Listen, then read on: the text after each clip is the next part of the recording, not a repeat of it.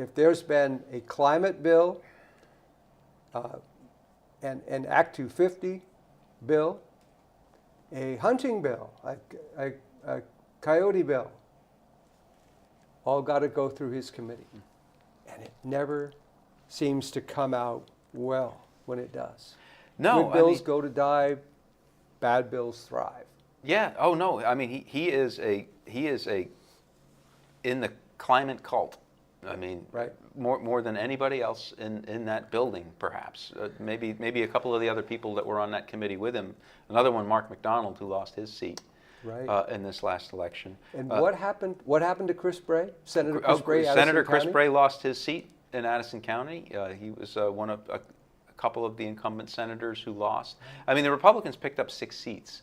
But a lot of them were empty. They were, retirements, or Dick Sears passed away. Well, they didn't pick up the Sears seat, but Mazza had passed away. Kitchell had stepped down. Bobby Starr had stepped down. So the Republicans did a really good job of picking up the empty seats. But there were a couple of incumbents who lost their seats, and they were Chris Bray and Mark McDonald of that Energy and Environment. Well, it's the Natural Resources and Energy Committee in the Senate. And the other one who's decided not to run, it wasn't a pickup for the Republicans on the seat, but was Dick McCormick. So that 5-member committee has been obliterated. Wow. There are only 2 left. And I think a big reason, I mean, I don't have insight into why he stepped down, but I think that McCormick stepped down because he was getting a lot of heat for that clean heat standard. I bet. And, he had a sort of that famous or infamous quote that I picked up, put it out there on video of him saying, about the January deadline for fuel dealers to file with the state under Act 18. And the fuel dealers were saying, please don't do this in January because that's our high season. We're trying to get fuel out to people. And, if somebody's boiler blows out in the middle of winter, we've got to go and we've got to fix it. We can't be dealing with this paperwork. And McCormick said, well, we don't want people to get fuel. We want them to switch off fuel, so let's make it impossible for them to deliver. Did he say that? Oh, yeah, he said that. He said it on videotape, and we sent that out there, and he caught a lot of heat for, and deservedly so. He backed off and said, oh, I was just joking. But the joke made it into the bill because that deadline stayed. It took Matt Cota of the fuel dealers like a year and a half of lobbying, please, please, please change this date. And they finally changed the date in a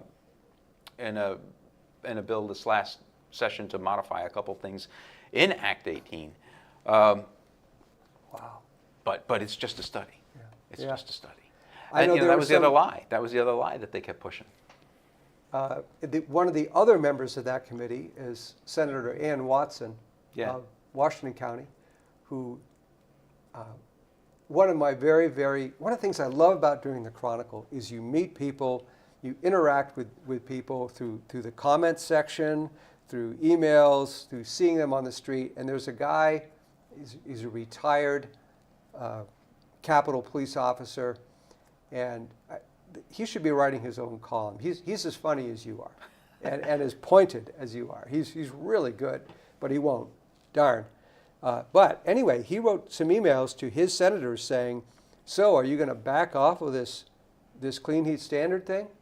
And Senator Ann Watson, the member number 4 on that committee, who did not, she did who's get in line to now reelected. be the chair. She's now in line to be the chair. I guess that's true. We'll see what who happens, they actually appoint. Yeah. But she said, I don't see them taking that up this year. Just a couple of days ago. So you have those that did survive, and Washington County, she was reelected with ease. They're all saying, not all saying, but a lot of them are saying, I don't think we're going to do it. Of course, they're saying that now. Yeah, they'll get the arm twist. Yes. From the stakeholders. Yeah. But you got to watch some of the weasel words, because I saw Senator Ann Cummings discuss that in your article, where she said, I don't see it passing in its present form. In its present form. Right. So that means that they're thinking about passing it in another form. Well, any form that it passes in is going to increase your cost to heat your home. Right.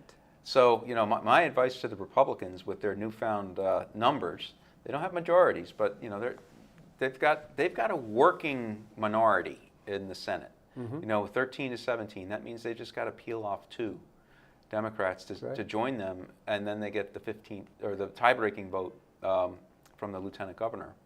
That means they can actually pass things.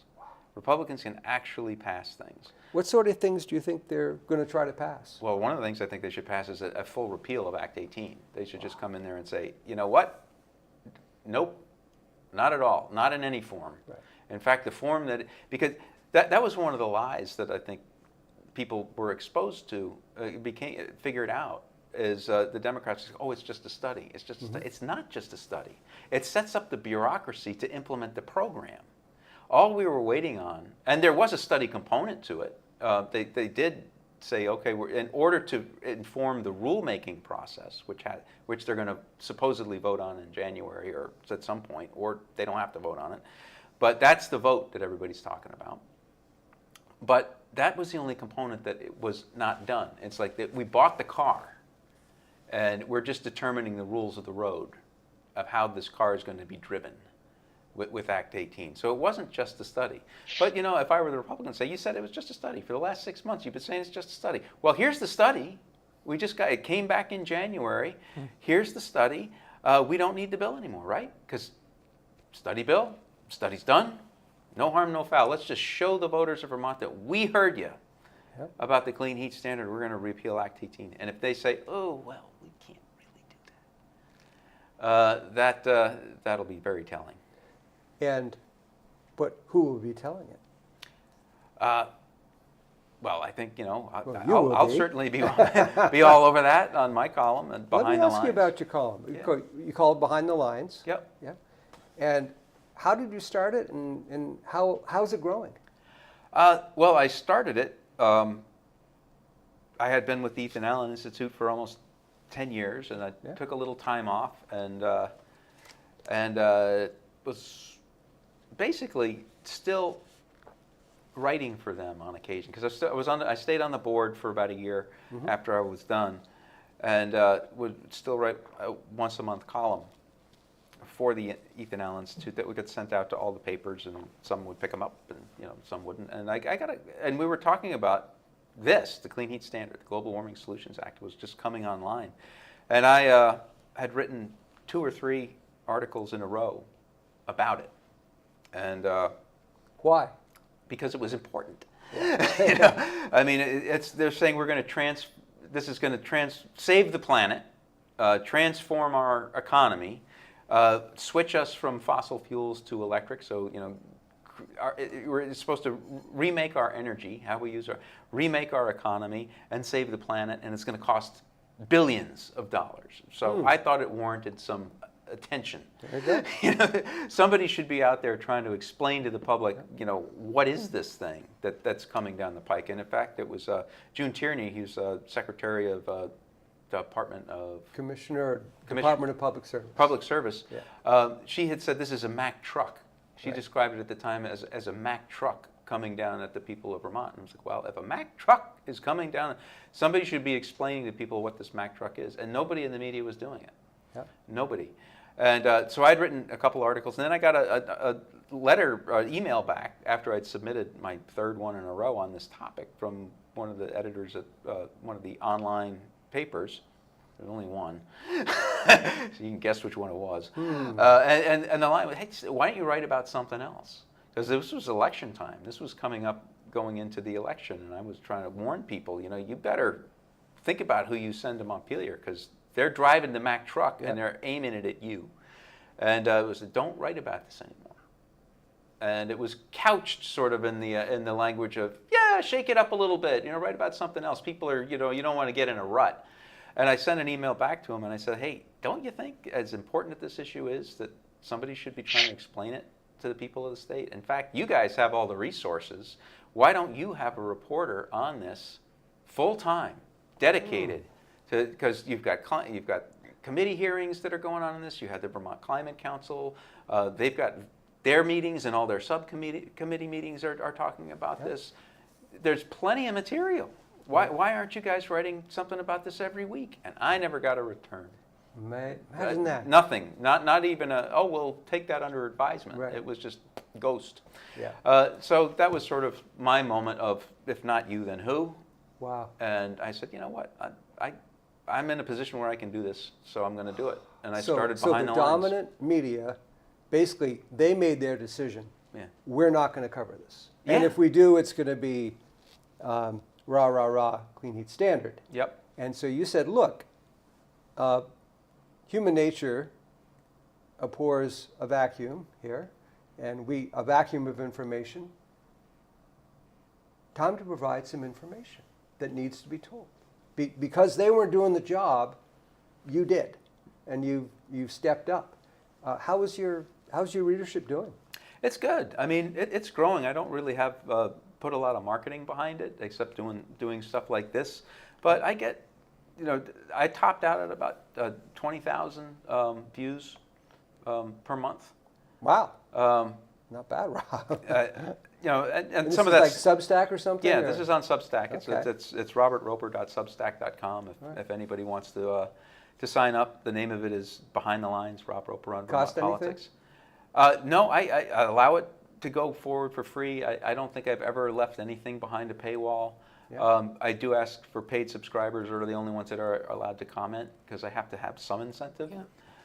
In order to do it, and it does help. I mean, it does. I want to get the information out, but it does help if you pay to subscribe, just because I put a lot of time and effort into it. And when my wife says, "Why are you putting all this time and effort into this?" I get to point to these numbers. Honey, I'm trying to get subscribers here. I say, people are paying me to do this, so right. That's why I spend a lot of time on it.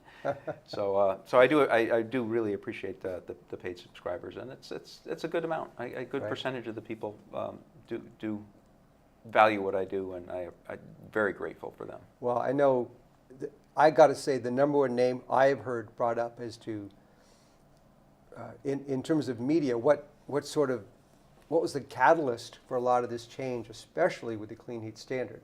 It was not the Chronicle, it was you, Behind the Lines. And of course, it's all working together. We help you, you help us, fine. Yeah, I write stuff. I'm sure I get probably as much circulation through Chronicle stories, and our friend Dave Sulias has started up FYI VT again down in the southern part of the state. Has he ever? In the Brandon area. He's doing a good job with that. And yes.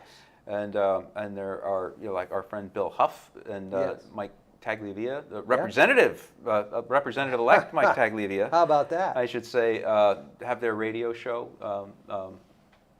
that they do out of the Randolph area. So there's a lot of opportunities out there for people to have an impact, because the Vermont media is not doing a good job, and part of it is their fault.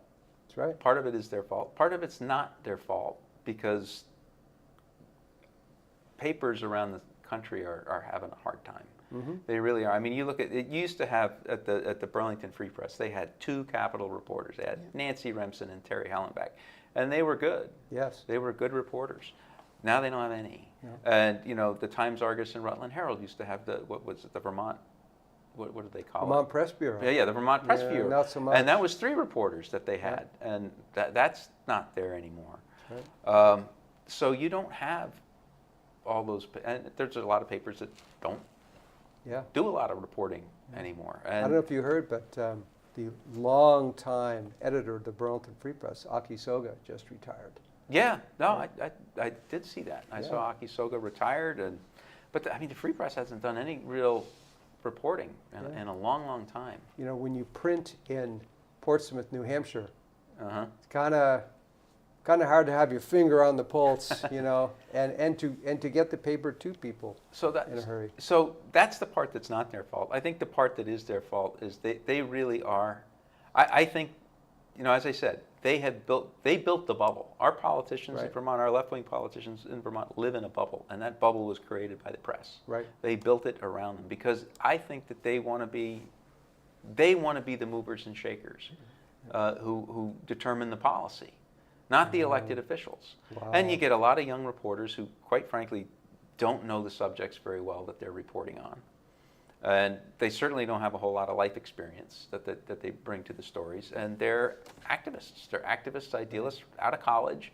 Right. And yeah, they're there to save the planet just as much as the young legislators that get in there. Yeah. And they're not there to work for the readership.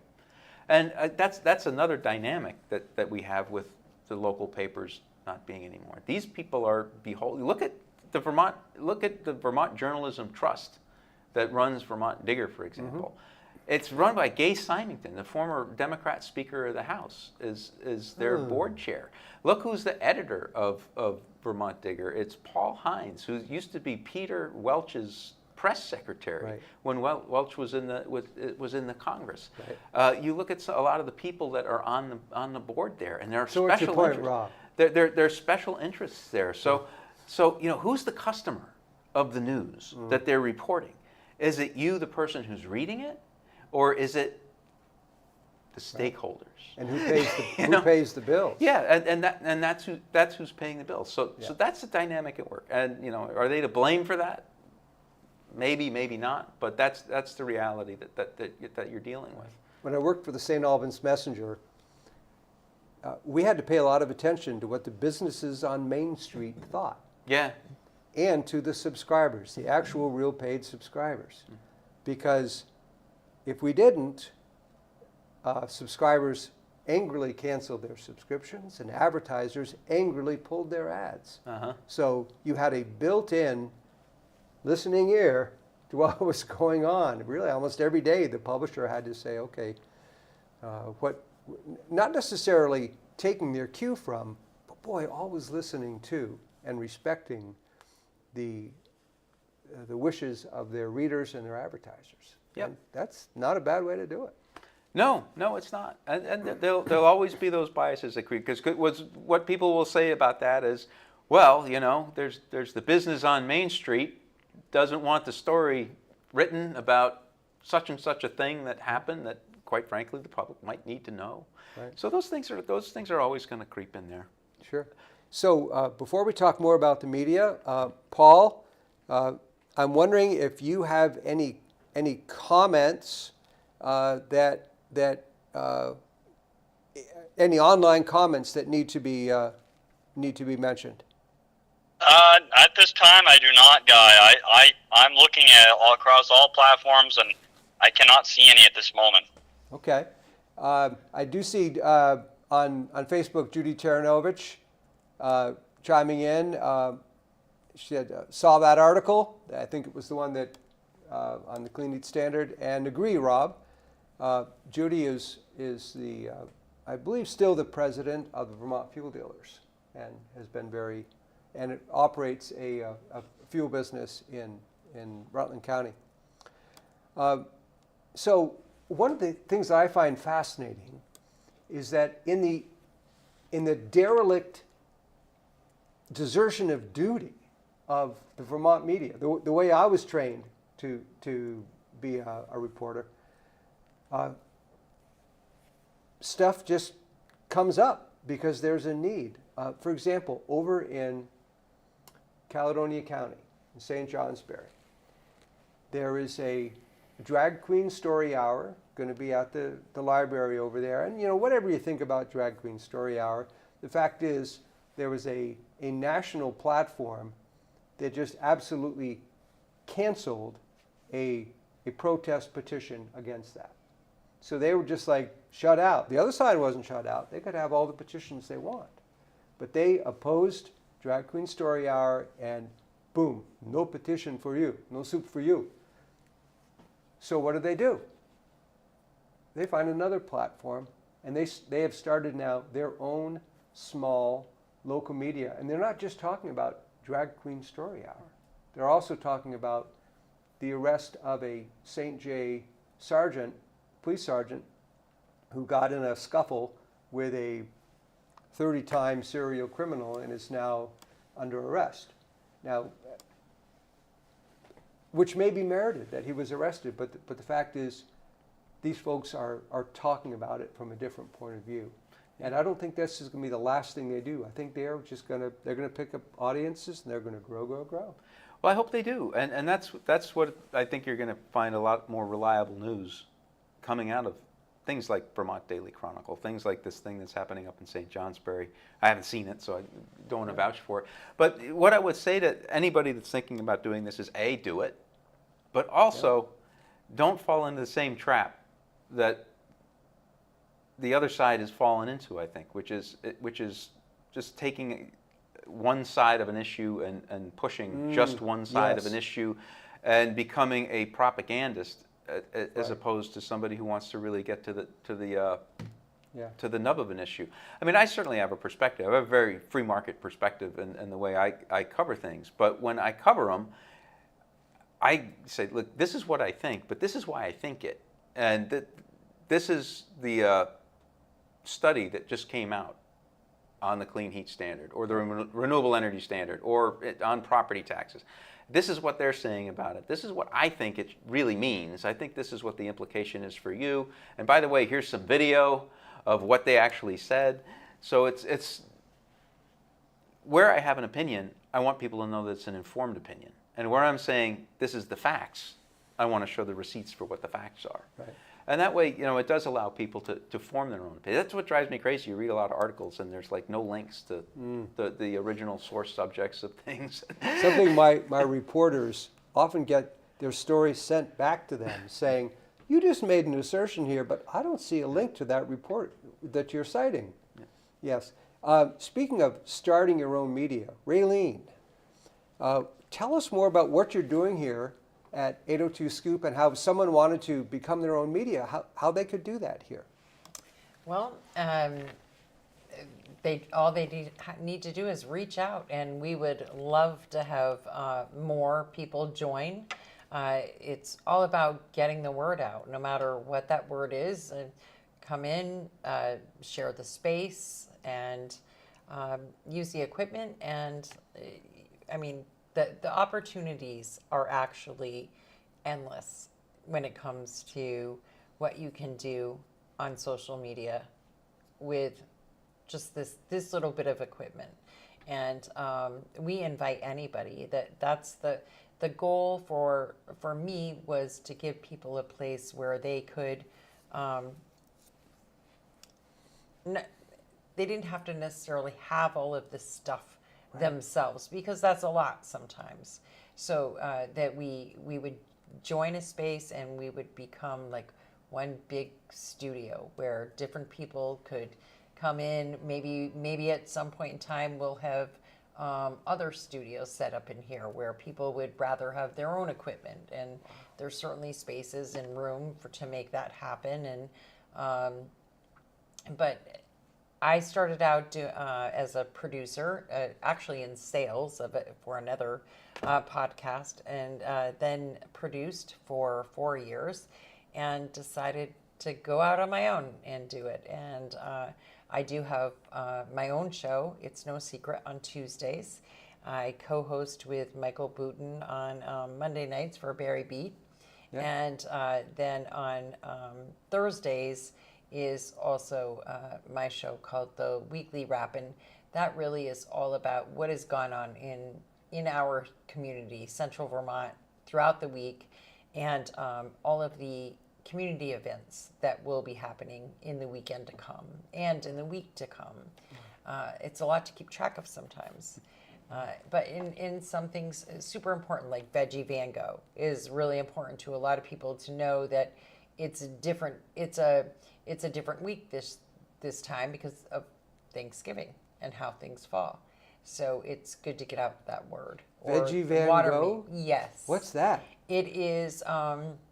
It's a van a caravan of vans through the Vermont Food Bank, and they give vegetables, dairy products, all kinds of different things to families in need. No questions asked, no application, nothing. You just most people are referred by their physician or their kid's pediatrician, and you just drive up to the auditorium one Friday a month. drive around to the back. You don't get out of your car, anything, and tell them how many people are in your family. You pop the trunk, Wow. they put it in there, and you go home. Wow. And it So- really helps a lot. It helps a lot of people. So if someone wanted to come in and do their own podcast here with this terrific setup you have, Well, thank you. Thank you. how I would they like do it. that? How do they contact They you? would could contact me on 802 Scoop. They could message through 802 Scoop, the Facebook page. Okay. That's probably the best way. Yeah. To get in touch. And I mean, people could call me as well if they wanted to, which is 802-505-8093. And we would really love to have more. And the hope is that soon we will be doing some podcasts in front of a live audience. So Wow. yeah, I think that would be a lot of fun for a lot of different reasons. And so we'll see. You know, I think about podcasts and how Joe Rogan, for example, everyone mentions, he said that he was doing his podcast every day for like 5 years before anything really happened. Yeah. And then it took off, and what, 60 million views with this Trump interview? Something like that. Wow. And that's exactly what happens. I mean, it doesn't. You can go along for months and months and months, even years, and have next to nothing, and all of a sudden, really, I mean, the floods of 23 took it to a whole new level for a lot of local podcasters who were boots on the ground, let's say, and they were the only people that were, because if you turn on some of the local stations, they have no idea what's happening. They're talking about movie stars and country music singers and babies being born. They don't, because it's all tracked. They're all from they're from all over the United States. Right. And so really the podcast is instant. If there's something happening, you can come down here, unlock the door, jump on a mic, and you're live in seconds, and can be bringing anybody, just like you all were for election night. Wow. But when it's an emergency, it really makes a difference, I think, to be able to get that information to people immediately. Right. Wow. And you can become your own media. And I first heard that term about 10 years ago. There was this guy who was trying to something works, freedom works. Some guy named Rob Roper was talking about how important it is that we can all become our own media. And that just always really stuck with me. Yeah. So we got another comment from Judy Taranovich. Thank you. She wrote, I spoke with a reporter from Vermont Public Radio, and I said to him, if as children we were given a box of Crayola crayons with only blue crayons in the box, we would never know there were other colors. This is what the media has done to us. They have not shown us their other viewpoints or other sides of the story. Vermonters need to know and deserve to hear all information from both sides to make an educated decision, and that was denied us over the past 2 years. And I have often thought that the Vermont Daily Chronicle shouldn't even exist. There should be no reason for it, because there would be reporters out there who are just going about their business, covering both sides and asking all the tough questions. One of my favorite reporters for the Chronicle is a guy named Mike Donahue, who was a longtime Free Press reporter, and he is just the captain of asking the uncomfortable question, and when they don't answer it, he just sits there and asks it again until he gets an answer. And frankly, he's a lot better at it than I am. I'm much too nice sometimes. But you need to do that. And that's our job, and it doesn't matter who you're talking to. Paul, speaking of which, Paul, do we have you on the line? No, we just lost him. I think your phone Just died? may have. Yep. Well, that's good timing, but that's the story of my life. Okay. Yeah. Well, anyway, one of the other things that at the governor's press conference that came up was the discussion of one of the first questions that was asked is, so with Donald Trump as president, and if he, as promised, comes after illegal immigrants around the country, and including in Vermont, how's Vermont going to respond to that? And the press was very, the other two reporters there were very assertive on that. And the governor basically said, well, we'll wait and see what he actually does, but we're not going to respond to the rhetoric. We're going to respond to an actual plan. So I was going to ask Paul to kind of, because he wrote a terrific story in the Chronicle this morning, in Vermont Daily Chronicle this morning. Paul, if you want to sort of, if you want to kind of chime in on some of that, on comments, or if we can reestablish phone contact with you because we've lost it temporarily, love to have you speak more about that.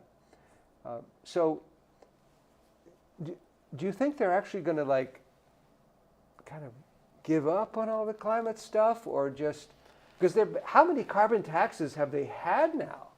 It seems that every few years there's another one. Here's what Vermonters need to be very wary of is the Clean Heat Standard wasn't just a study, and it's not a standalone bill. It is an outgrowth of the Global Warming Solutions Act.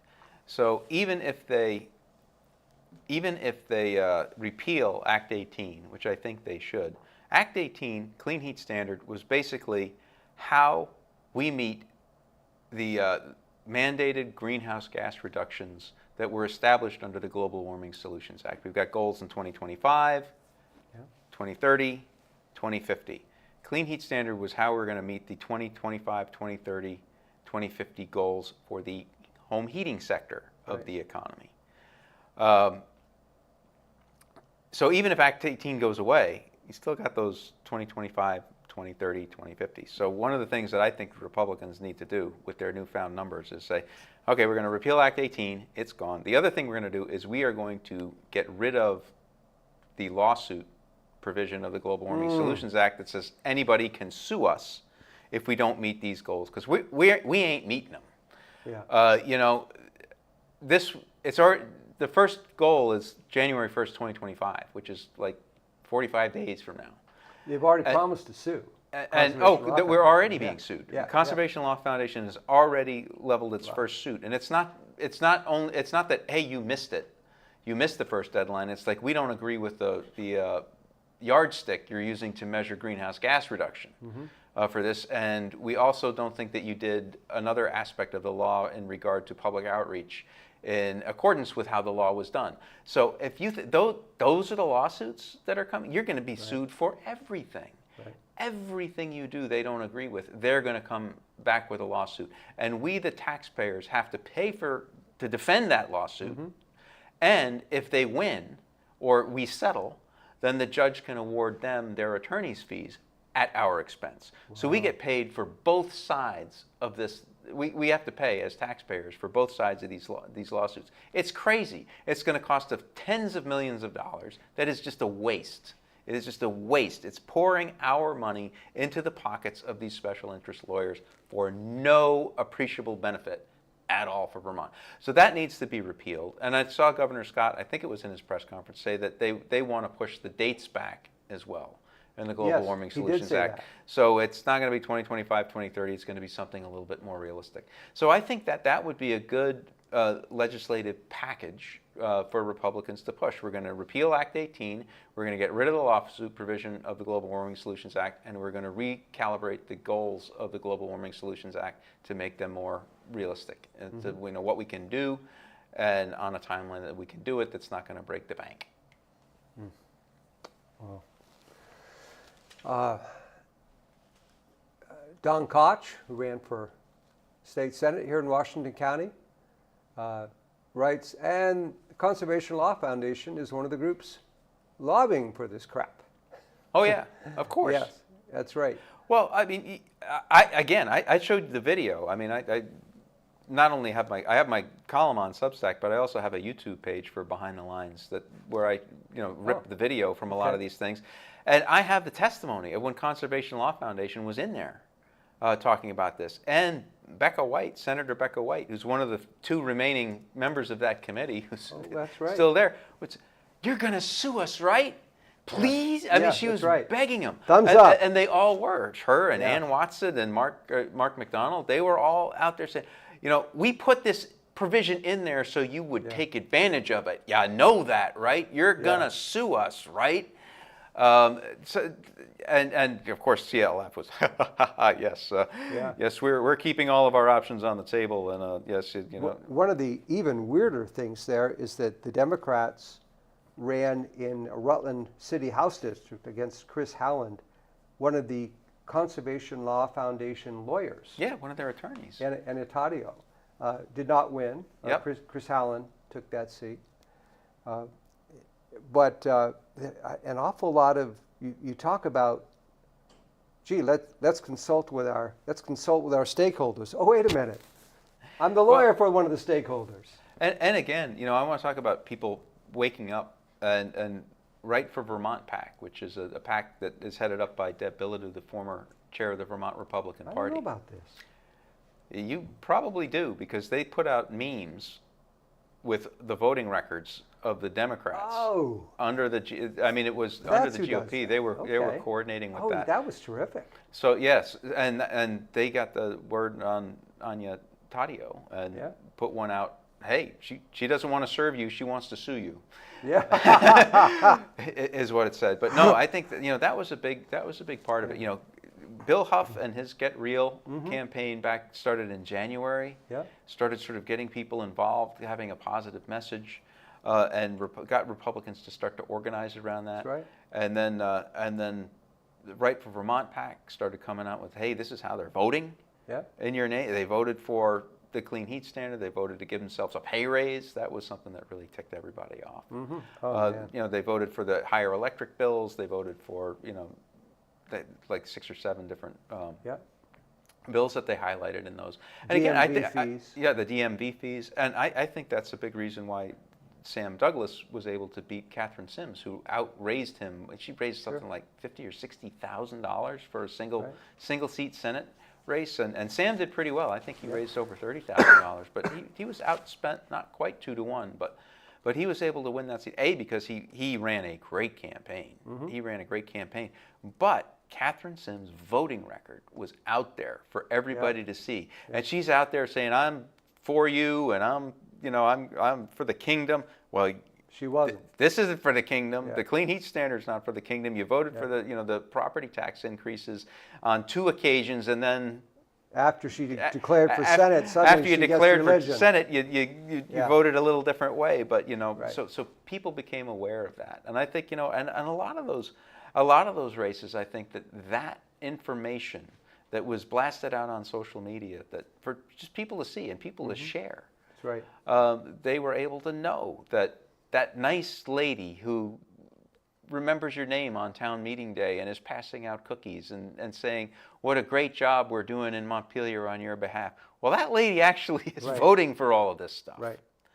And people started to see that in a way this time that they never made those connections before. They call us the media, and there's this thought that we tell them what's going on. Actually, what all the media is we are a medium for one person to talk to another person. And when someone comes into 802 Studios, Scoop Studios here, and they sit down and do a podcast and people are watching, that's a medium. When you put out a column, that's a medium. And then especially, like what you were just saying, Rob, when people share that through the wonders of social media. It used to be when I published a newspaper, I was happy when I saw a copy of the Colchester Chronicle sitting around a break room somewhere or at a restaurant because someone else might pick it up and read it. Well. When these things go viral, it's hundreds, thousands. of And, readers. and you know, you've been saying over and over today, you know, you can be your own media. You can also be your own distribution. Yeah. Not for us, you know, from my standpoint, please share. Right. Please share this stuff because that's how it gets out. I mean, you can connect with thousands of people on social media if you've got a Facebook account or a Twitter account or Instagram, all of those things. I mean, you, the reader, are empowered by this as well.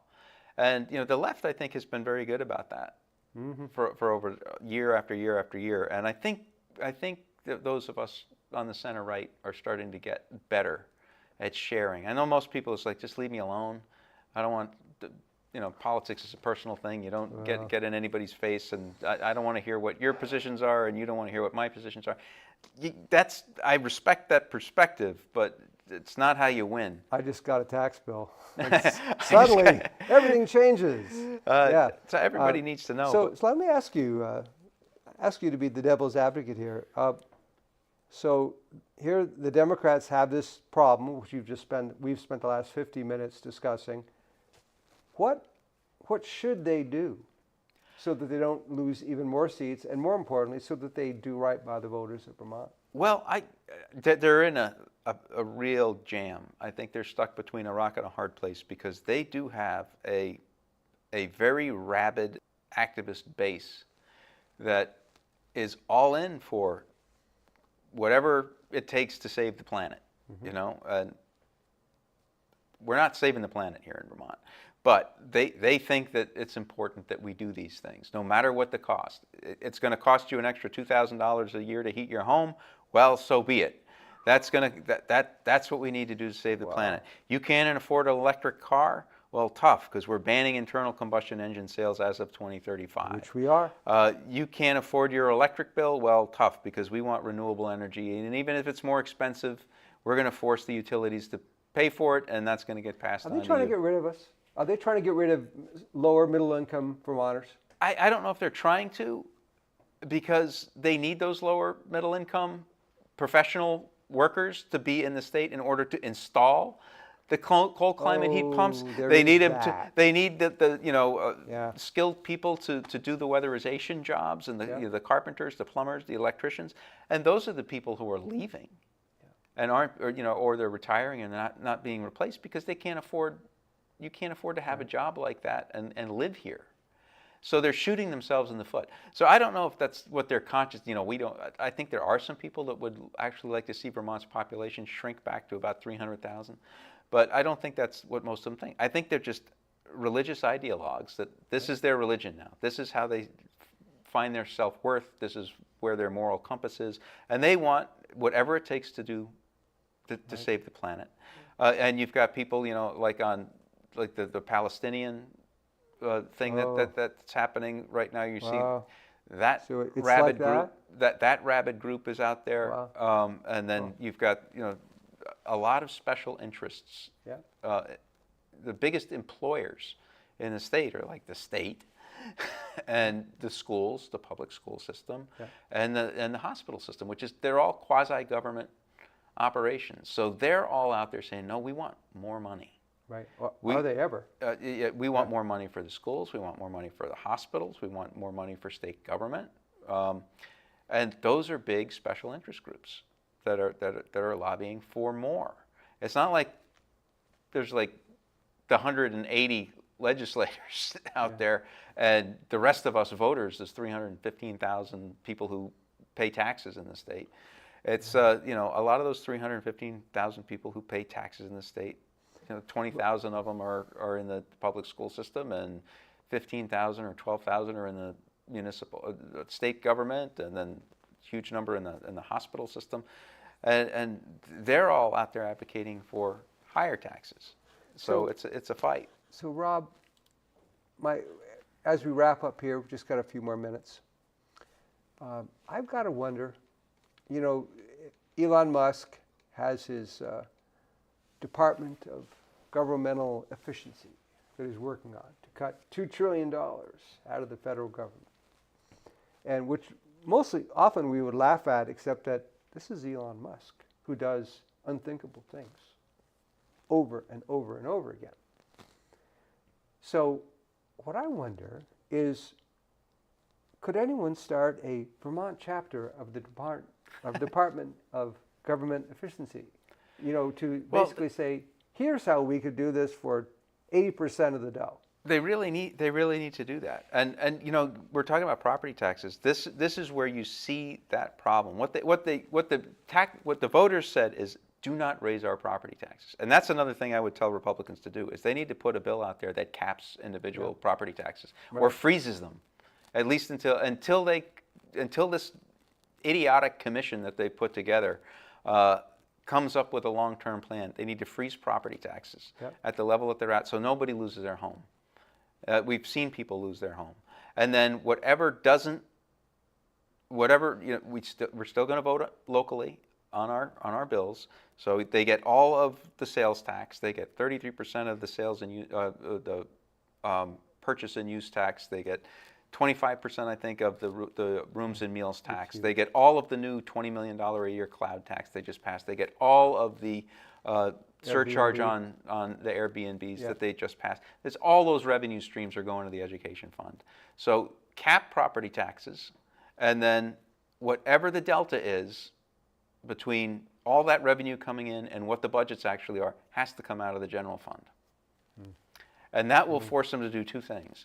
Reform the way we currently do education, because it'll put a lot of pressure on reforming education. And because, okay, well, this project has to go, that project has to go if we're going to pay for this thing over here that the voters already said that they want to do. That's going to start cutting. So is back Emily on our own Kornheiser government. of the House Ways and Means Committee chair, is she going to go for something like that? No. So what I has don't to think happen? so. Well, we got another election, 2026. But you know, but voters do need to start speaking up. They need to start saying no more property taxes, because they're going to say, oh well, you know, we can't do anything about it. It's Which is what they said last time. Which is what they said last time, and they put this commission together, which is made up of all the stakeholders. That's and right. I told you what stakeholder means. We've defined that term. That's very true. And they've got the majority votes on that committee. Yeah. There's nobody advocating for real reform. It's like, it's the future of Vermont education. It's become a wish list for what the special interests want. Right. So it's going to be the voters. The voters have to speak up. You have to pay attention. You have to be vocal and say, look, And no more property taxes. Their next bite at the apple is in March, is a town meeting. Now, Governor Scott did say December 1st, he puts his letter out. This is how I see the property tax going letter. And very good chance it's going to be double digits again. Yeah, and that can't happen. Right. That And cannot so be allowed to happen. We may be looking at town meeting 2.0, where voters say, I'm here, no. Or not, maybe they won't. I guess we'll find out. So Rob, thank you very much. Oh, for thank you, coming guys. on. This was fun. Not the last time. No. Raylene, thank you very much. Well, thanks for having me and join in with you all. Well, this has been great. So thank you also to our sponsor, Randmark Corp., Builders and Excavators. And this has been Friday at 4. And we will see you again next week. By then, we will have Paul being available, certainly, at least by Zoom. Another new member of the Vermont House of Representatives, who also happens to run stuff in the studio, Mike O'Booten. So it's Mike Taglibia and Mike O'Booten, both in the sort of new media represented to the Vermont House. Perhaps not a coincidence. Perhaps not. Yeah. So thank you all very much, and have a great weekend.